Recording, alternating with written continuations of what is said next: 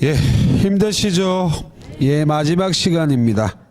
제 398페이지 제3절 지역권을 확인해 보겠습니다.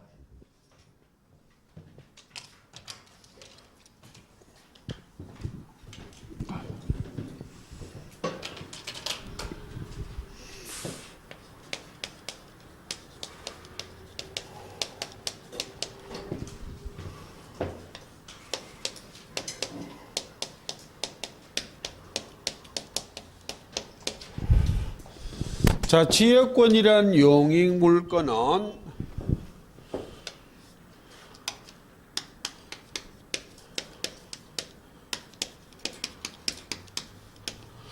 토지가 편익을 받는 것을 지역권이라고 말해요.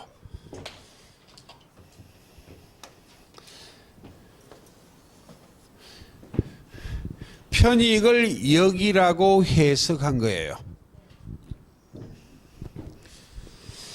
그럼 토지가 편익을 받는 것은 땅지자, 지역권,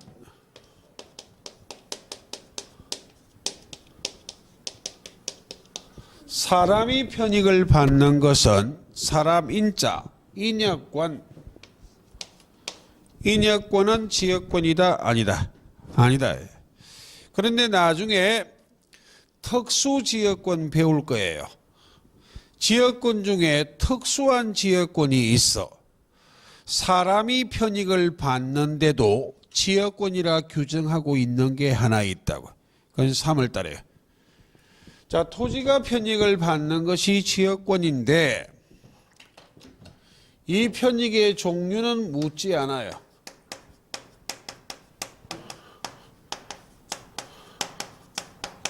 편익의 종류를 불문하고 지역권이 성립할 수 있다는 말입니다. 편익의 종류는 여러 가지가 있어요.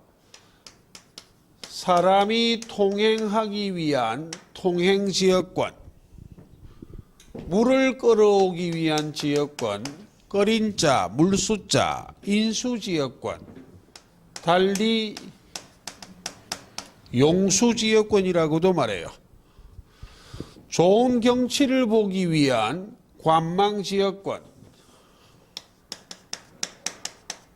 달리 조망지역권이라고도 표현해요. 그 외 편익도 있다. 편익의 종류가 아주 많은데 편익의 종류를 묻지 않고 토지가 편익을 받는다면 지역권이라 말해요. 편익의 종류 중에 가장 대표적인 것이 무엇이다? 통행이다. 통행지역권을 중심으로 지역권을 설명드릴 거예요. 자, 이 지역권은 어떻게 성립하는지를 확인해 볼게요. 자, 통행지역권을 예를 듭니다.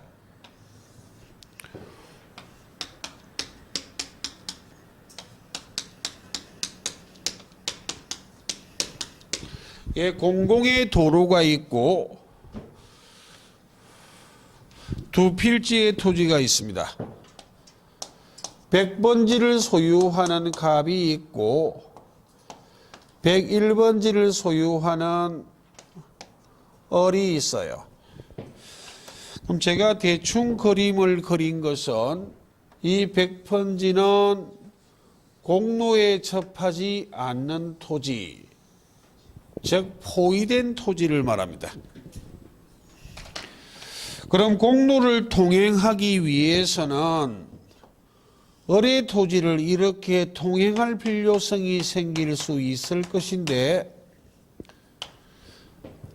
갑이 통행지역권을 취득하여 을의 토지를 통행하는 것은 주의토지 통행권과 달리 갑을 간에 계약해요.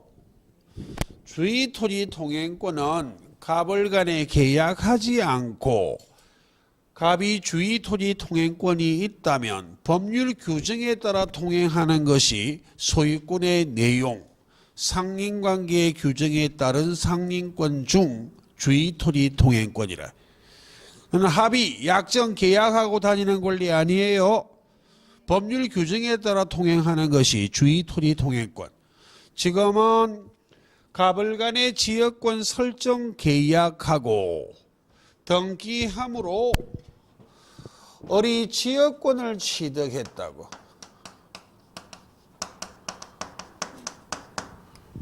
그때 갑이 지역권을 취득했어요. 갑이 지역권을 취득할 때에는 갑을 간의 지역권 설정 계약하고 지역권 설정 등기함으로 갑이 지역권을 취득했다는 말입니다. 예. 그리고 이 을이 지역권 설정자예요.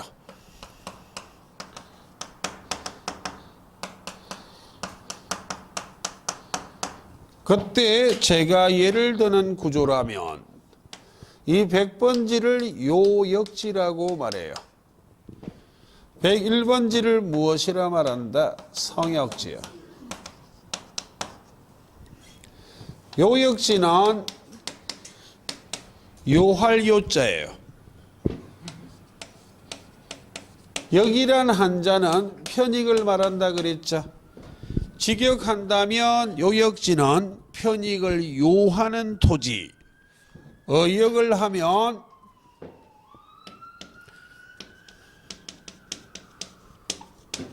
편익을 받는 토지를 말해요.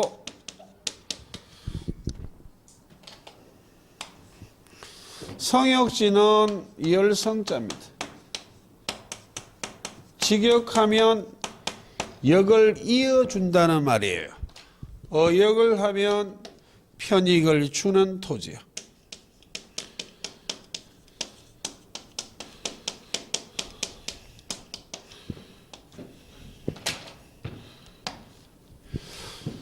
토지가 토지에 대하여 편익을 받는 겁니다.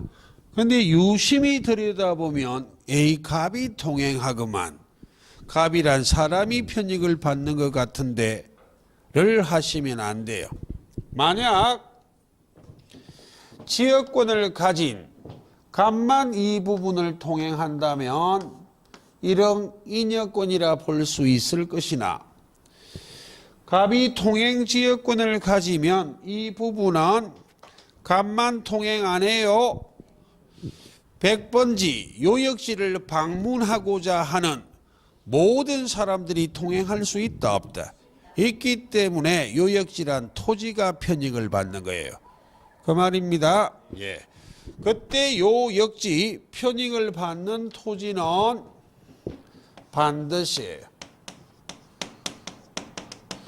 반드시 한 필지 전부여야만 해요. 근데 편익을 주는 토지 성역지는 한 필지 전부일 수도 있고 일부일 수도 있어요. 전부일 수도 있고 일부일 수 있다는 것을 요역지하고 구별하기 위해서 일부라도 무방하다. 지문에는 성역지는 한 필지 일부라도 무방하다. 이렇게 오는 것이 일반적이나 전부도 가능하고 일부도 가능하다는 말이에요. 예. 를 이해하시고 그럼 이 지역권이라는 권리는 점유를 한다 안 한다? 안 한다고. 지역권이라는 권리는 비배타적 공용적 성격을 갖고 있어.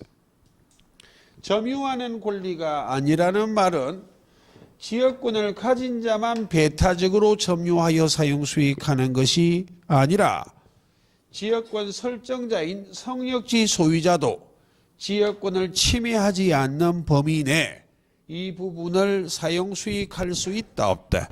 있어요. 그러므로 나중에 이런 거 할 거예요. 만약 지역권자가 이 부분을 배타적으로 점유하여 사용 수익하면 성역지 소유자가 돌려달라 청구할 수 있다 없다? 있다고. 왜 지역권은 점유를 한다 안 한다? 안 한다고. 성역지 소유자도 사용 수익할 수 있어요. 그러므로 지역권이란 권리는 성역지 소유자의 소유권을 제한하는 정도가 약하다, 강하다. 약하다니까요. 용익물권 중 지상권, 전세권은 배타적으로 점유하여 사용 수익하기 때문에 소유권을 제한하는 정도가 강해. 지역권은 상대적으로 소유권을 제한하는 정도가 강하다, 약하다. 약해요. 약하기 때문에 지역권은 토지의 사용 대가, 지료, 존속기간에 대한 민법의 규정이 있다, 없다. 지역권은 지료에 관한 규정 없어요. 존속기간에 관한 규정도 없어. 아까 지상권이랑 비교해보면 지상권은 약정지상권은 지료지급 약정하면 지급, 약정 안 하면 지급하지 않는다. 이런 규정들이 있다, 없다. 있어. 존속기간도 280조 최단 존속기간 이런 규정이 있었잖아요.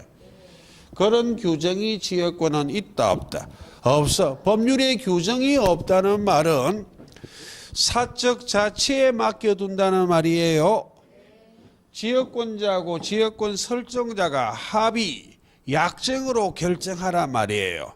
지료를 지급하기로 하든 하지 않기로 하든 존속기간을 1년을 하든 100년을 하든. 그럼 토지 소유권을 제한하는 정도가 너무너무 강한 지상권도 법률에 최장기의 규정이 없기 때문에 판례가 영구무한 가능하다는 판례 있다 그랬잖아요. 구분지상권은 일반적인 지상권보다 소유권을 제한하는 정도가 상대적으로 약하잖아. 영구무한 가능하다, 안 하다? 해요.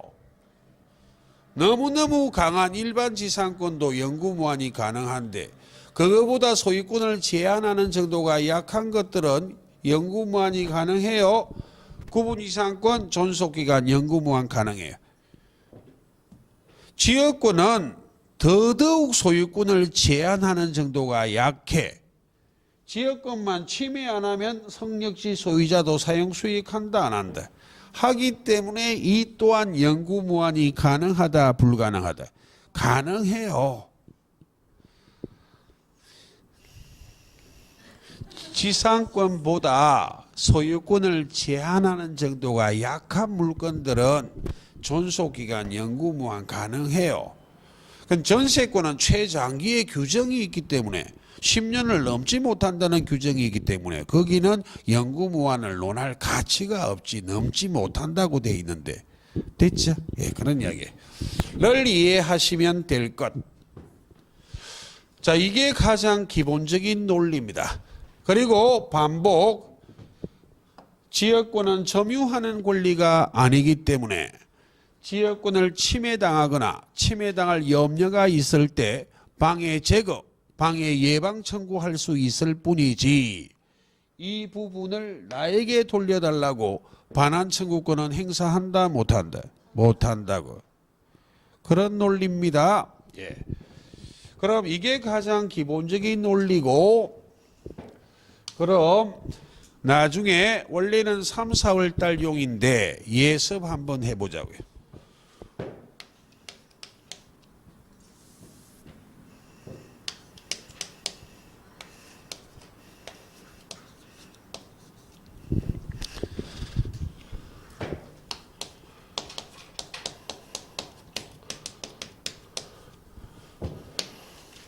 민법 292조 지역권의 부종성이요. 399페이지 2번의 법적 성질의 큰 2번 292조 있죠? 예. 거기에 가장 기본적인 논리를 해보자고요. 제1항은 부종성 중에 수반성을 규정하고 있어요. 자, 이렇게 규정하고 있습니다. 지역권은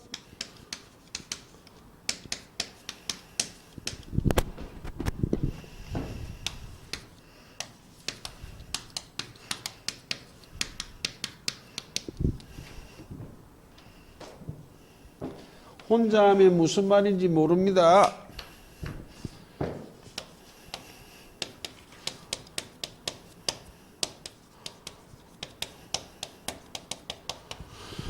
지역권은 요역지 소유권에 부종하여 이전한다.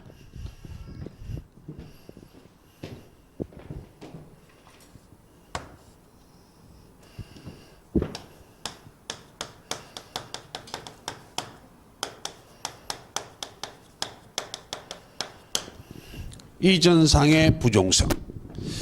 담보물건의 특성할 때 부종성 했었어요. 수반성은 부종성의 일종이라 이전상의 부종성을 달리 무엇이라 말한다? 수반성이라고. 지역권이란 권리 자체는 요역지 소유권이란 권리에 부종하여 이전한다고. 수반하여 함께 이전된다고.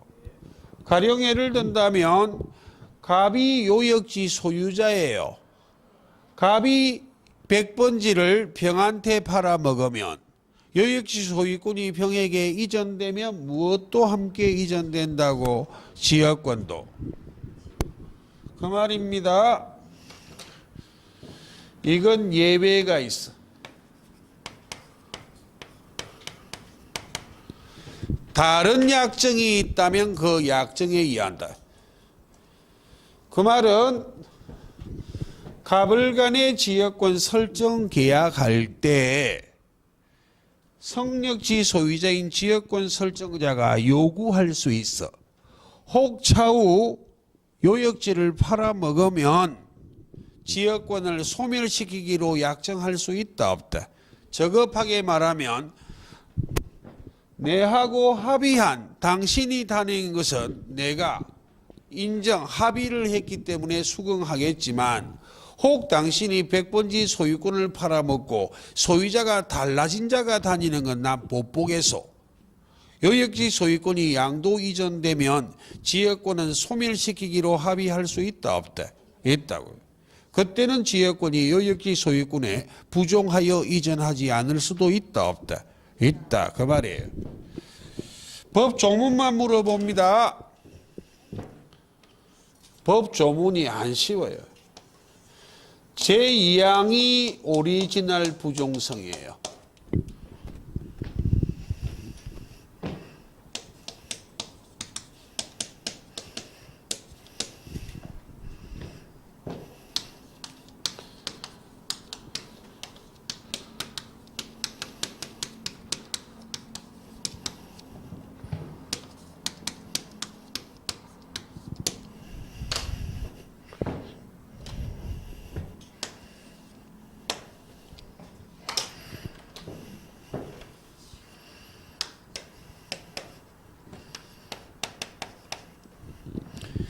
지역권은 요역지와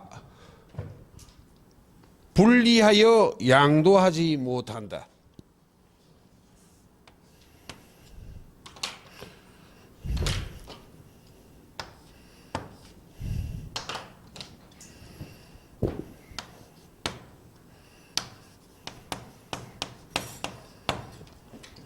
이런 예외 없어요.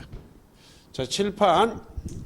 지역권이란 권리는 요역지란 토지하고는 언제나 운명을 같이 해야만 해.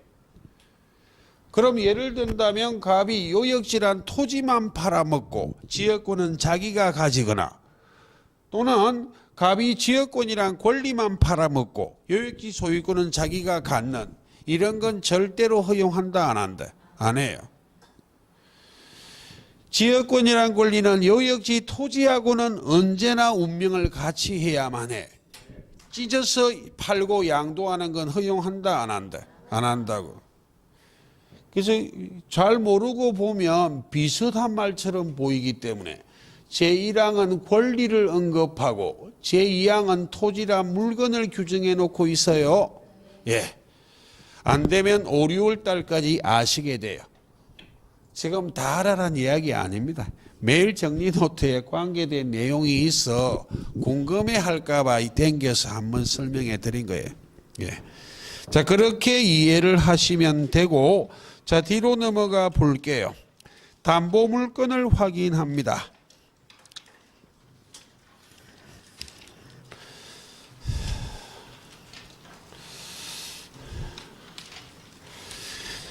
예, 428페이지요. 오른쪽 페이지 담보물건의 총설의 특성 4가지 입문 과정에 설명드렸습니다. 부종성, 수반성, 불가분성, 물상, 대위성. 그 중에 부종성, 수반성, 불가분성은 입문 과정하고 이제 안 한다 했잖아요. 물상 대위를 나중에 좀 이해를 해야만 해요. 물상 대위는 심도 있게 좀 물어보는 파트이기 때문에. 그럼 물상 대위를 맛을 한번 볼게요. 430페이지요. 4번에 물상 대위성 있죠? 예. 담보 물건의 목적물이 자 체크 멸실이요. 체크 훼손이요. 체크 공용 징수요. 된 경우 그 목적물의 가치적 변형물, 보험금 등을 그 변형물 위에 저당권의 효력이 작용하는 것이 무엇이다? 물상대위다 라고 돼 있어요. 그럼 공용징수를 체크하셨다면 공용징수에서 이렇게 하자고요.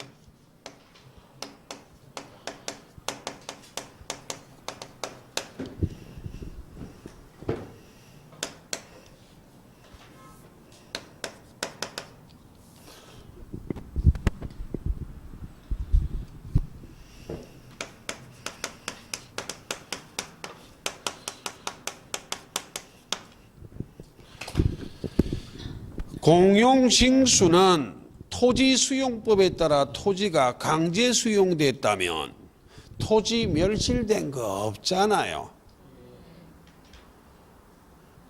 아니, 토지수용법에 따라 사업시행자가 그 토지를 강제 수용, 공용징수해도 토지가 사라졌다 안 사라졌다? 안 사라졌는데도 법률상 무엇처럼 취급한다고? 멸실된 것처럼 취급해. 멸실된 것처럼 취급하기 때문에 수용보상금이 변형물로 취급한다고요. 되겠습니까? 그래서 보상금은 변형물이에요. 그럼 물상대위성이 인정되는 저당권은 변형물 위에 그 효력이 그대로 존재할 수 있다 없다? 있다고. 그 말입니다. 그럼 물상대위 한번 해볼까?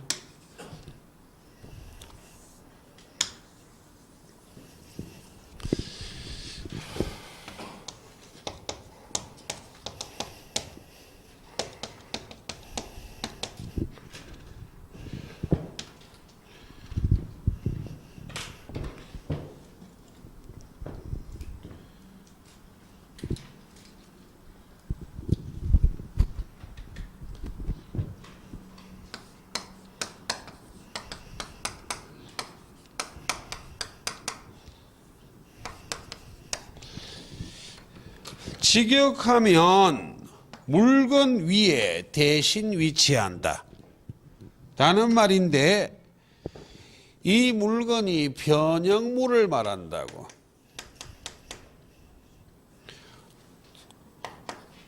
담보물건은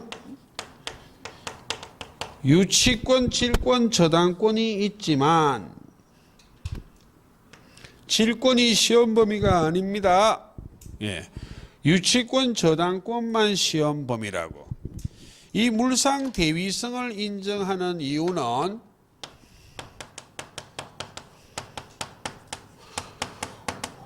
우선 변제권의 실효성을 확보할 목적으로 인정되는 특성이에요. 그러므로 우리 시험 범위 중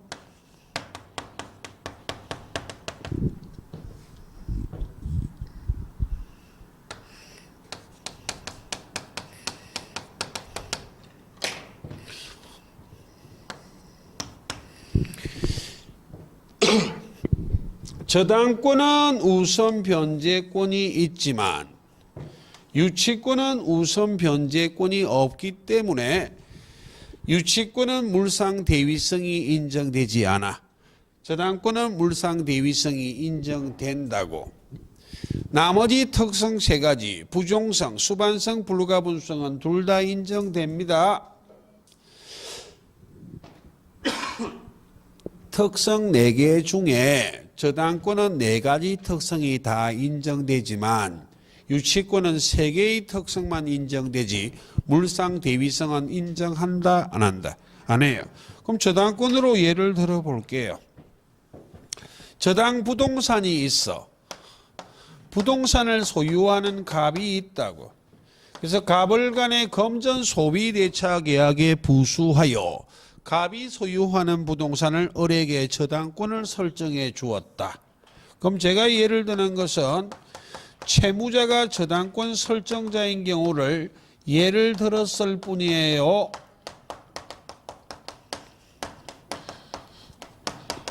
그리고 채권자가 저당권자예요.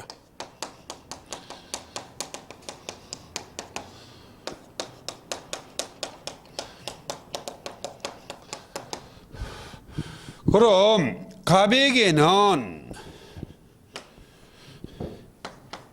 A란 일반 채권자 등이 있을 수 있거든.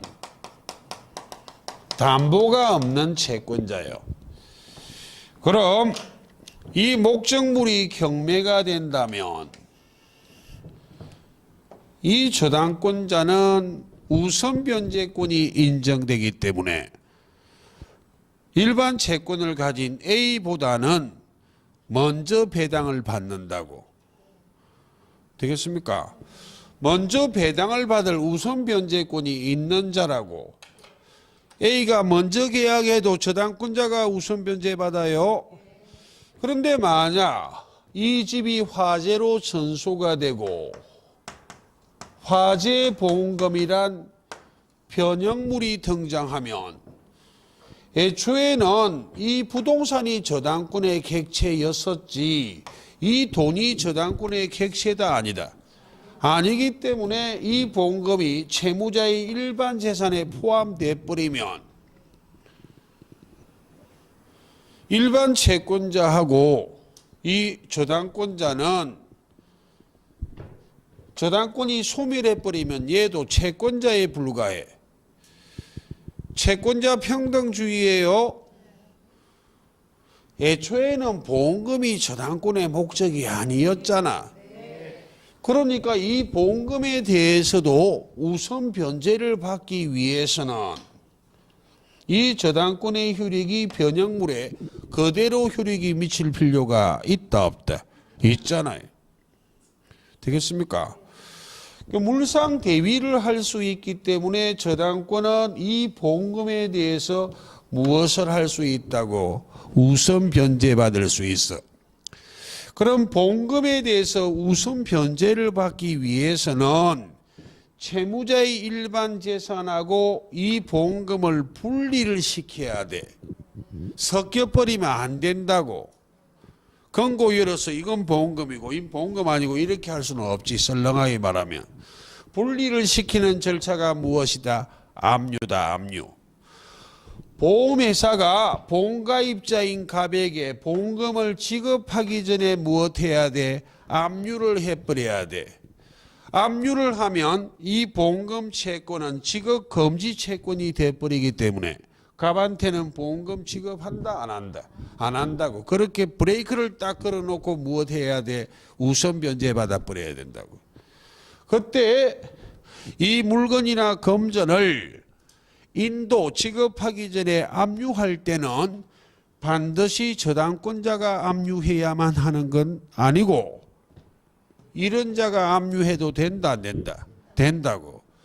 A도 이 사례라면 을이 배당받고 남는 게 있으면 자기도 받을 여지가 있다 없다? 있기 때문에 A가 먼저 압류하는 경우도 있어. A가 먼저 압류한다고 A가 선순위 되고 이런 건 없어요. 권리 순위는 똑같아. 되겠습니까? 그게 물상대위예요. 그래서 원칙은 변형물은 멸실 훼손이 돼야만 되는 것이 변형물이지만 공용 징수의 경우에는 토지가 멸실된 적도 없는데 법률상 무엇된 것처럼 취급한다고 멸실된 것처럼 취급하기 때문에 수용보상금은 무엇에 해당한다고 변형물에 되겠습니까? 예, 그런 논리예요. 자, 그렇게 좀 보시면 되고 지금부터 431페이지 유치권을 설명드립니다.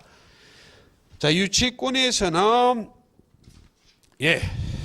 432페이지요. 2번 특성에 1번에서 양가로 1 우선 변제권이 없다 해서 2번으로 화살표요. 뭐 산무 이런 거 하지 마세요. 그런 거 재미없다. 우물물 없다 이런 거 할 필요 없어요. 밑에 양가로 1번에서 2번으로 화살표 좀 해주라 이 말입니다. 같은 말이에요. 물상대위성이란 것이 우선 변제권의 실효성을 확보하기 위해서 인정되는 특성이므로 유치권자에게는 우선 변제권이 없으니까 유치권은 물상대위성 인정한다 안 한다? 안 한다고. 그리고 양가로 3번이요. 둘째 줄 색깔 유치권에 기한 체크. 물권법 총론할 때 이미 설명드렸습니다. 유치권이 침해당한 경우 행사하는 물권적 청구권은 1번 점유권에 기한 물권적 청구권이다. 2번 유치권에 기한 물권적 청구권이다. 1번, 2번이요. 1번이잖아요. 유치권이 성립하고 유치권이 존속하기 위해서 반드시 그 물건을 점유해야만 하기 때문에 유치권자에게는 점유권이 인정이 돼요. 그러므로 유치권이 침해당하면 점유권에 기한 물권적 청구권을 행사하면 유치권의 실효성을 충분히 확보하기 때문에 현행민법은 유치권에 기한 물권적 청구권은 별도로 인정한다 안 한다? 안 한다고요. 자, 그렇게 이해하시고 그 다음 오른쪽 페이지에 433페이지 유치권의 성립 요건을 해볼게요. 그래서 1, 2월은 성립 요건이 핵이에요.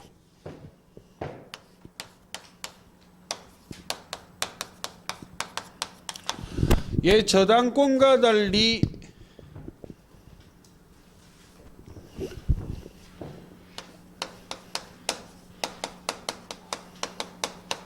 유치권은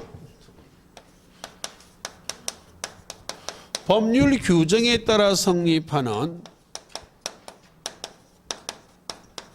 법정 담보 물건이에요.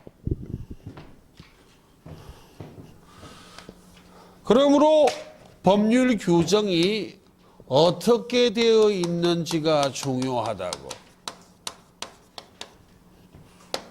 성립 요건이요.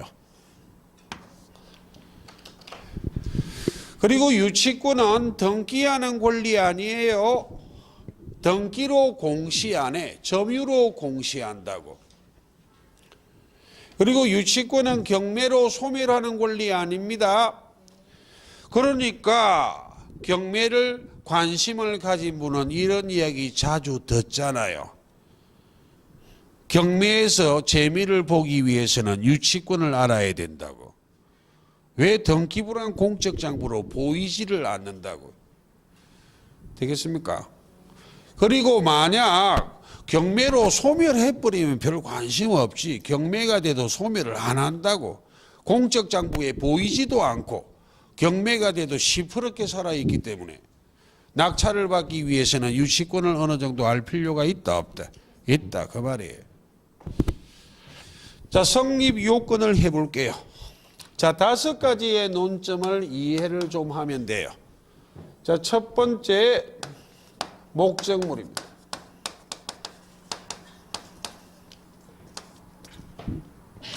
유치권이 물건이기 때문에 그 객체는 물건일 수밖에 없어요. 물건인데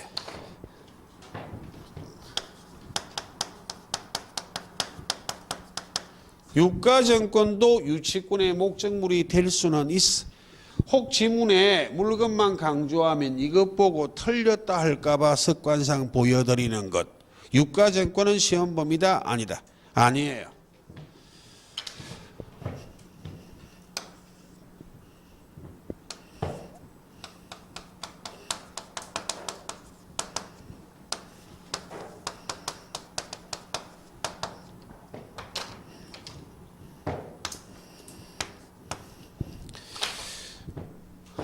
타인 소유 물건을 유치하지 자기 소유 물건은 유치할 수 있다 없다? 없어요. 제한 물건은 전부 타 물건입니다. 타인 소유 물건을 유치한다고. 그럼 나중에 3월 달에 이런 판례 할 거예요. 지금은 맛백입니다. 건물을 완성시키기로 하는 도급 계약을 체결합니다. 건물이 완성됐을 때 누가 소유권을 취득하는가, 누가 원시 취득하는가를 배울 거예요. 건물을 지을 때 재료를 누가 공급했는지에 따라 건물의 소유권을 취득하는 자가 달라져요. 실무상은 거의 대부분은 건물을 지어달라 부탁한 자, 도급인이 재료를 공급하는 게 일반적입니다. 완성된 건물은 누가 원시 취득하고 도급인이요. 다만 판례가 적시하여 수급인의 재료와 노력으로 건물이 완성되었다라는 말이 오면 완성된 건물의 소유권은 누가 취득한다고? 건축업자인 수급인이. 그럼 수급인의 재료와 노력으로 건물이 완성됐는데 건물을 지어달라 부탁한 도급인이 공사 대금을 지급 안 해요. 그럼 완성된 건물에 즉 유치권을 행사할 수 있을 것인가? 자기 소유 건물은 유치한다 못한다?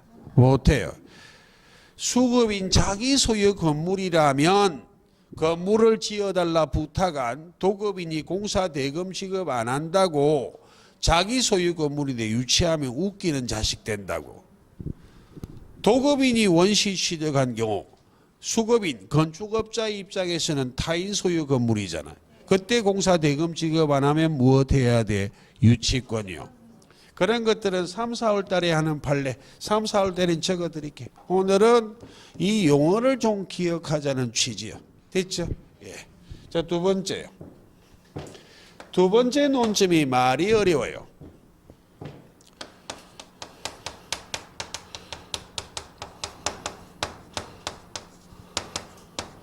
채권과 목적물이 결련관계,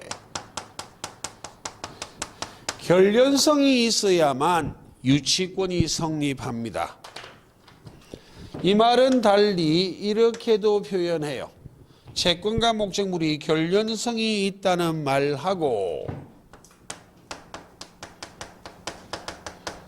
채권이 목적물, 즉 물건에 관하여 생긴 것일 것.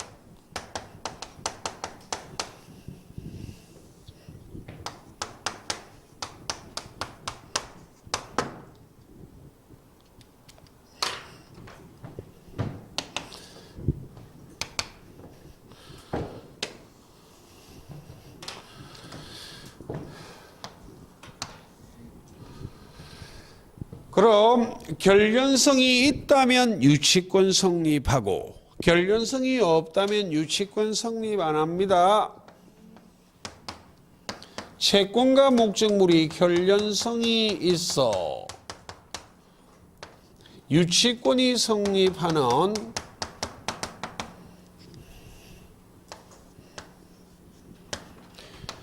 대표적인 예.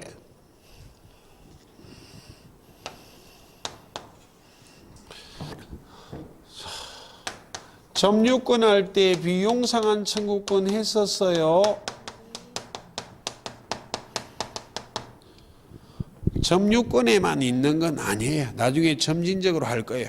우리가 배웠던 내용을 끌고 오면 점유자가 목적물의 필요비나 유익비를 지출했다면 회복자에 대해서 비용상한 청구권이란 채권을 행사할 수 있는데 이 권리는 점유하고 있던 물건에 관하여 생겼잖아.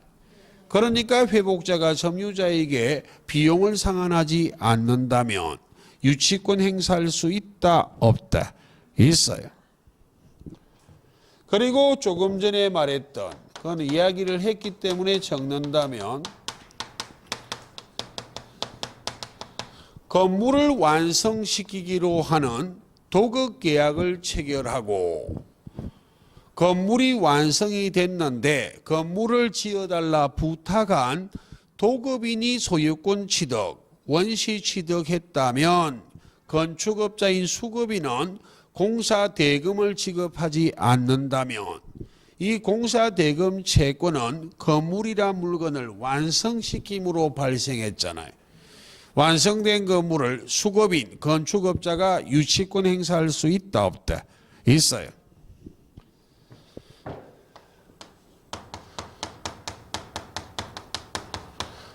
자, 채권과 목적물이 결연성이 없어 유치권이 성립하지 않는 대표적인 예, 시험에 너무너무 자주 물어봅니다.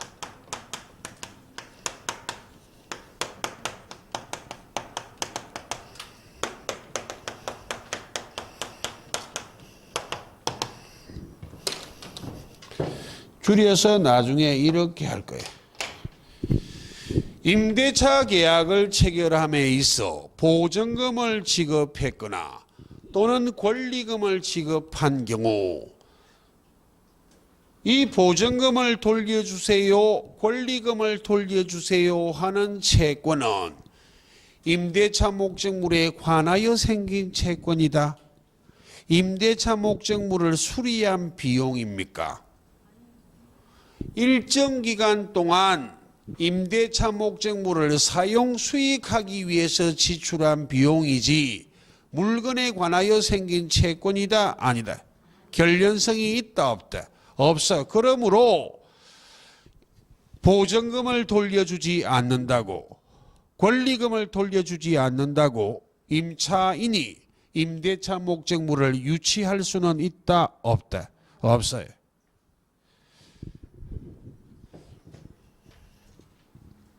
자, 그렇게 보시고 골치 아픈 거 하나 더 할까?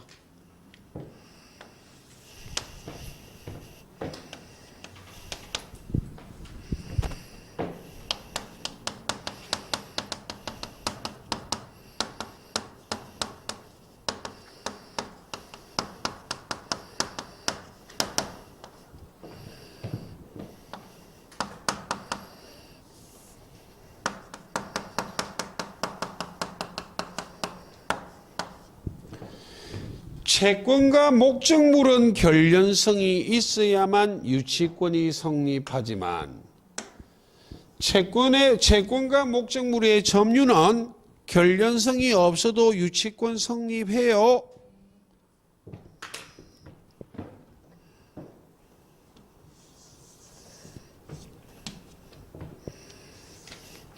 화살표는 시간적 서름이에요. 어떤 물건에 관한 채권이 먼저 성립하고 뒤늦게 점유할 수도 있고 또는 물건을 먼저 점유하고 있는 상태에서 그 물건에 관하여 생긴 채권이 뒤늦게 생길 수도 있어.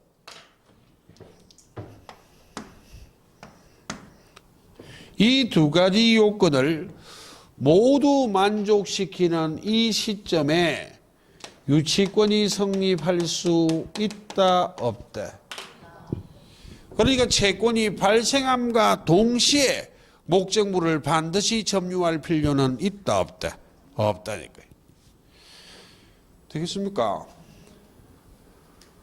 채권이 먼저 발생하고 뒤늦게 물론 이 채권은 목적물하고 결연성이 있다는 전제하에 채권이에요. 채권이 먼저 발생하고 뒤늦게 물건을 점유했거나 반대의 경우에도 두 가지 요건을 충족시키는 시점에 유치권이 성립할 수 있으므로 채권이 발생함과 동시에 목적물을 점유해야만 하는 것은 아니다. 그 말을 확 줄이면 채권과 목적물의 점유는 결연관계가 없어도 유치권이 성립할 수 있다. 예, 되겠습니까? 예, 세 번째 해볼게요.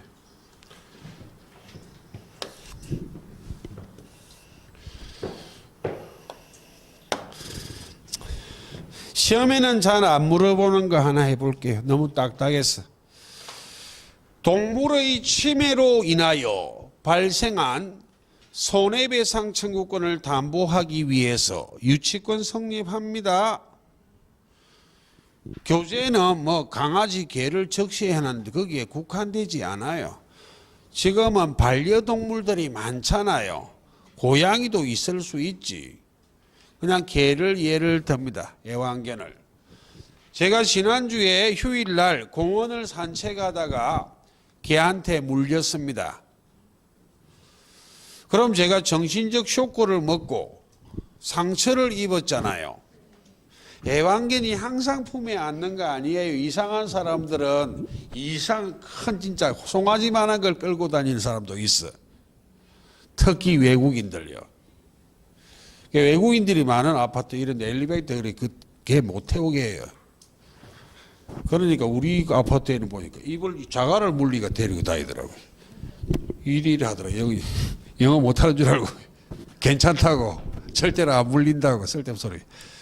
그러니까 개한테 물리면 개 주인한테 치료비 채권이나 정신적 위자료에 대한 채권이 생기잖아요. 그럼 개란 물건에 관하여 생긴 채권이라고. 개 주인이 그와 같은 치료비나 정신적 쇼크에 대한 위자료 이런 것들에 대한 손해배상하지 않는다면 우리는 그 개를 유치할 수 있다 없다? 있다고. 애완개는 꼭 끌어안고 있으면 되고 똥개는 밟으면 됩니다. 개를 밟는 게 아니라 개줄 밟고 있으면 돼. 냄새나 끌어안으면. 줄 때까지. 그게 바로 딱 점유해두고 인도 거절하는 유치권 행사예요. 동물의 침해로 인하여 발생한 손해배상 청구권을 담보하기 위해서 그 동물을 유치할 수 있다 없다? 있다. 자, 그 다음 세 번째 해볼게요. 채권이 변제기에 도래해야만 유치권이 성립해요. 지금 1, 2월 달은 용어가 필요하기 때문에 그냥 기억하자고 쉽게 풉니다. 가령 제가 차량을 운행하다가 이 차가 퍼져 버렸습니다. 근데 추력을 타고 다니거든 제가. 왜? 그 추력이 있어야만 일을 해먹어. 조그만한 일용직 이런 거 한다고. 되겠습니까? 차 없으면 일 못해요. 차가 퍼져서 동네 카센터에 수리를 의뢰하니까 치료비가 죄송합니다. 수리비가 제법 많아요. 많으면 부탁할 수 있잖아요. 당장은 목돈이 없고 한 3개월 내로 열심히 일해서 꼭 갚겠습니다. 차량이 수리가 돼도 유치권을 행사하지 말고 내가 먹고 살도록 기회를 달라. 이렇게 부탁하면 동네 카센터면 인정해 줄 수도 있지. 제가 성실하면. 뻥치고 이러면 안 해주겠지만. 되겠죠? 그럼 오늘 차량이 수리가 완성은 됐지만 아직까지 변제기는 도래했다 안 했다? 안 했기 때문에 카센터 주인이 차량 수리비를 지급하지 않는다고 그 차를 유치하면 된다 안 된다? 안 돼요. 근데 채권의 변제기 도래는 유치권은 성립 요건이지만 다음 주에 배울 이 변제기 도래는 저당권은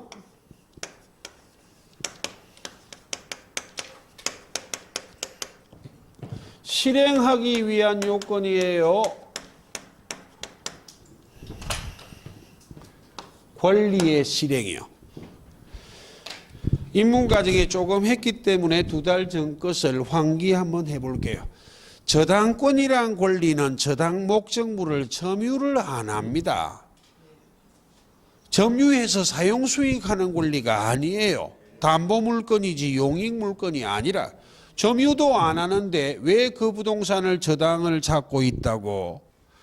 변제기 도래했을 때 채무를 변제하지 않을까 봐. 채무를 변제하지 않으면 그때 저당권이란 권리를 실행하는 거예요. 저당권이란 권리를 실행하는 게 경매 신청하는 걸 말해요. 저당권이란 권리는 왜 존재한다고? 변제기 도래했을 때 채무를 변제하지 않는다면 저당 부동산을 경매 신청하기 위해 존재하는 권리가 무엇이다? 저당권이요. 저당권자가 경매 신청하는 건 권리 실행이라. 그래서 변제기 도래했는데도 변제 안 해야 권리 실행, 경매 신청하지. 아직 변제기 도래 전이라면 채무자에게 변제할 채무 의무가 아직 없기 때문에 저당권은 실행한다 못한다? 못해요. 그래서 채권의 변제기 도래는 저당권은 실행하기 위한 요건이지만 유치권은 무엇하기 위한 요건이라? 성립하기 위한 요건이에요. 되겠죠? 네 번째, 유치권은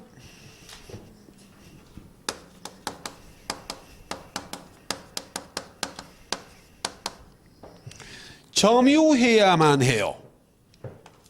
왜 점유해야만 해? 등기하는 권리가 아니거든. 등기하는 권리가 아니기 때문에 일반인 제3자가 바라볼 때 저 물건의 유치권이 성립했다는 것을 인식할 수 있도록 해줘야 된다고. 되겠습니까? 그래서 인식을 시켜주잖아요. 동산은 우리 시험범위 아니니까 제끼고 부동산이요. 길거리를 가다 보면 건물을 유치권 행사하는 자 보면 외벽에 프랭카드 딱 달아놨다고. 누가 유치권 행사하고 있는 중이라고. 됐습니까? 그게 점유예요. 발로 이래 확 밟고 있어야만 하는 건 아니다. 되겠죠? 예. 왜? 유치권은 등기하는 권리가 아니기 때문에 점유를 해야 돼. 그러므로 유치권은 점유해야만 성립하기 때문에 이 점유가 목적물의 점유가 유치권의 성립 요건이면서 존속 요건이기도 해요. 유치권이 성립하기 위해서도 그 물건은 반드시 점유해야 하고 유치권이 계속 존속하기 위해서도 반드시 무엇을 해야만 한다고? 점유를 상실하면 유치권 원칙 즉시 소멸해버립니다. 예. 그리고 적법 점유여야만 해. 적법 점유여야만 하기 때문에 불법 점유해서는 유치권이 성립한다 안 한다? 안 한다고. 대표적인 예를 들면 아직 임대차는 자세히 많이 하지는 않았고 조금만 했는데 입문과정에 임차인도 계약기간 내 임대차 목적물을 점유하여 사용 수익할 때 목적물에 비용 지출하면 필요비 유익비요. 임대인한테 비용상한 청구할 수 있어요. 그 비용상한 청구권은 임대차 목적물에 관하여 생긴 채권이기 때문에 임대인이 비용 안 돌려주면 임차인이 유치권 행사할 수 있어요. 비용을 전액 돌려줄 때까지 임대차 목적물을 딱 점유하고 인도 거절하는 권리라고. 되겠죠? 예. 그런데 임차인이 존속기간이 만료됐어. 목적물을 돌려줘야 된다고. 근데 적법한 권한 없이 계속 점유하고 있다고. 무슨 점유라고? 불법 점유요. 적법한 권한 없이 계속 점유하고 있는 동안에 비용을 지출했다면 이 비용은 그 물건에 관하여 생겼지만 무선 점유할 때 발생했기 때문에 비용을 돌려주지 않는다고 유치권을 행사할 수는 있다 없다? 없어. 이런 걸 배울 거예요. 그 다음 5번째요. 네, 다 했습니다.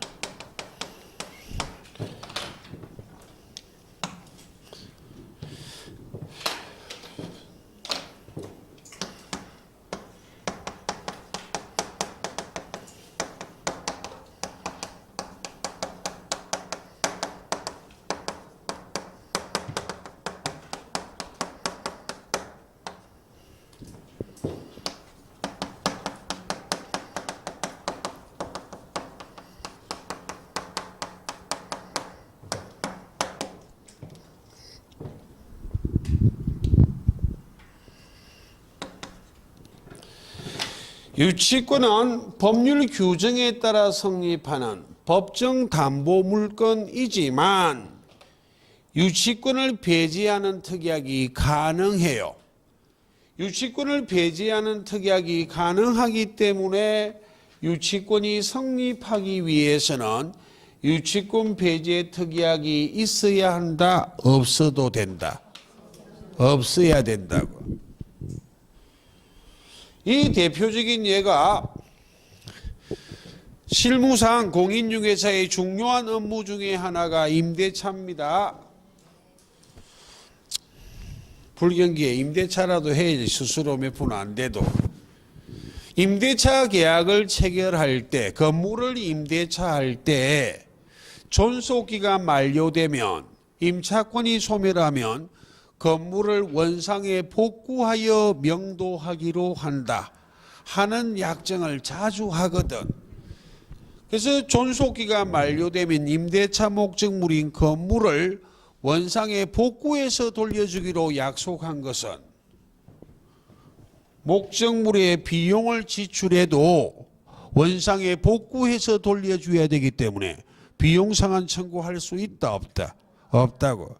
그게 비용상한 청구권 포기 특약이면서 이게 포기가 됐기 때문에 유치권은 성립한다 안 한다? 안 한다고. 유치권 배제 특약이기도 해.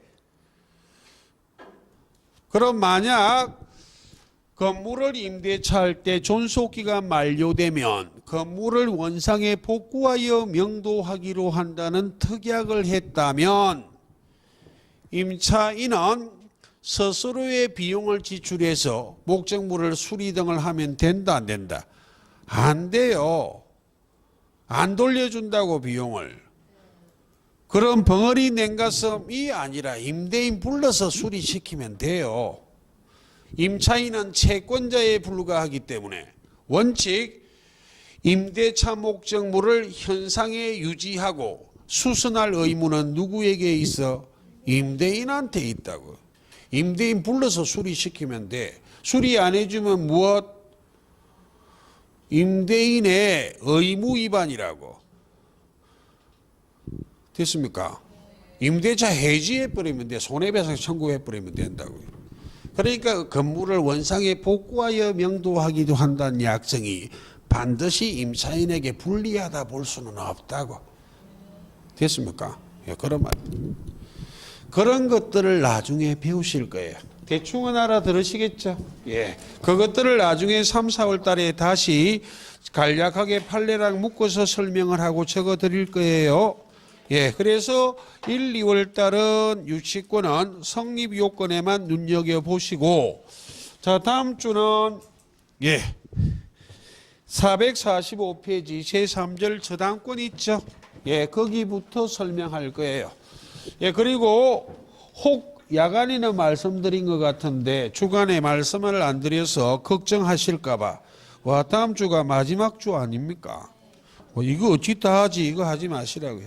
왜냐하면 명절이 한 주 있었기 때문에 7주밖에 안 됩니다. 1, 2월이. 그래서 죄송하지만 3, 4월이 9주거든. 첫째 주까지 1, 2월 강의해야 됩니다. 그러니까 너무 걱정하지 마십시오. 예. 자, 긴 시간 수고하셨고 다음 주에 뵐게요. 예, 수고하셨습니다. 예.